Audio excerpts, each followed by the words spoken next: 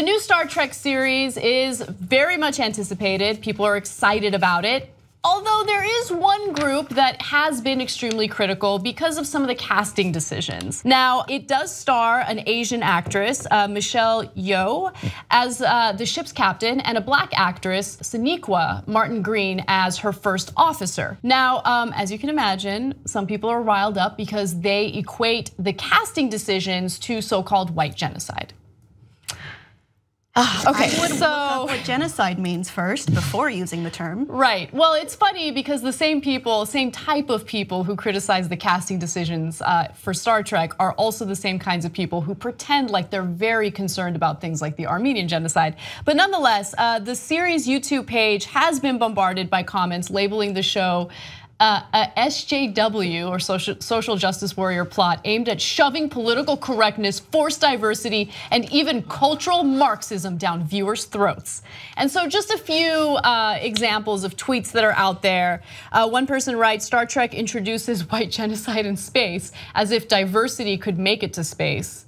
I don't know what that means. Also, yeah, I don't understand. That's counter to how it would even work. How are we going to get to space if we're stuck in? I'll get to it, but you read the rest of it. Diversity sounds like it's a Star Trek spaceship. It's like I have a very good quote about this, but I want Anna to finish this. Yeah, and then another person writes, Star Trek Discovery, the only males are a Vulcan a-hole and a wimpy helmsman. The show appears to be fully SJW converged.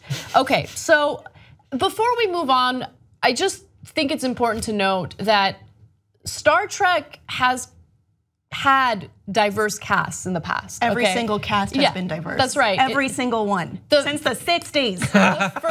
The first interracial kiss happened on Star Trek. And so it's just interesting that these people are riled up about something that they seem to not know much about. But as we look at these photos of past Star Trek casts, I want you guys to jump in because I know you guys are more knowledgeable about Star Trek than I am. So jump in, tell me what you think. I have something I would like to say. Okay. Whoopi Goldberg. Star Trek was an attempt to say that humanity will reach maturity and wisdom on the day that it begins not just to tolerate, but to take special delight in differences in ideas and differences in life forms. If we cannot learn to actually enjoy those small differences, to take a positive delight in those small differences between our own kind here on this planet, then we do not deserve to go out into space and meet the diversity that is most certainly out there. That is from a book called Star Trek Philosophy. And that is a quote from Gene Roddenberry. Gene Roddenberry is, of course, the creator of Star Trek and the one responsible for anything that you could be a fan of in the Star Trek world. He strongly believed through his own personal quotes and through very many storylines, and starting in the original series in the 1960s, that diversity was key. He said the glory of creation is in infinite diversity. We must learn to live together or surely we will all die together. The point of Star Trek is to look at a hopeful possible future in which we have discarded these stupid and useless ideas of hatred and focused on something more exemplary of what we could be. It's not about phasers, it's not about tricorders, it's not even about banging green women. It is about, nope. It is about humanity and how great we can be if we only focus ourselves. If you don't get that, you don't deserve to be part of this mission. So dismissed, that is a Starfleet expression for get out. Oh, I like it. So basically, set phasers to burn. So Star Trek has been on a mission in favor of white genocide from the very beginning, since the 60s. I will say, Brad, are you worried about your safety? Yeah. As a white man? I'm generally worried about my safety, but that's just because I'm afraid of volcanoes. What? I don't know. There's a giant volcano under Colorado. Anyhow, I do think that Star Trek is a little racist, only when it's like, oh, those Vulcans, they're so logical. Well, those Romulans, they're such jerks. The point of Spock is because he's half Vulcan and half human, and that was kind of a way in the context of the series because they've surpassed that point of human racism, where it's just like, oh, well, they don't accept him no matter what, and he has to find his own way, and he becomes cold and logical and more like a machine than a human, and it's just like, he's such an interesting character, but he's such an interesting case study within that world and within the meta of the world, if within the 1960s on Earth.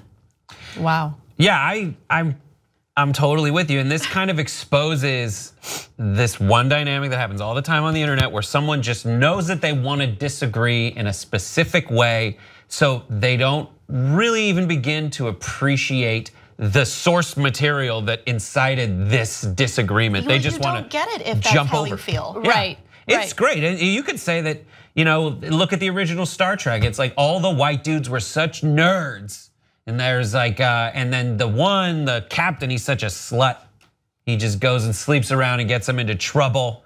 And there was the Asian dude is fun and Uhura's fantastic. Like, I don't know. And the other white guy has to be a communist because it was the Cold War. The thing that I find super interesting about all this is how much this notion of reverse racism has worked. Like that type of propaganda has worked because now, ironically, like you have, a certain group of white people who pay such close attention to the casting decisions of various shows and they want to make sure there's enough white people there, right? Mm-hmm. Like I'm white, Brett's white. And so I don't want to speak for you, but I never. Oh shit, I gotta go.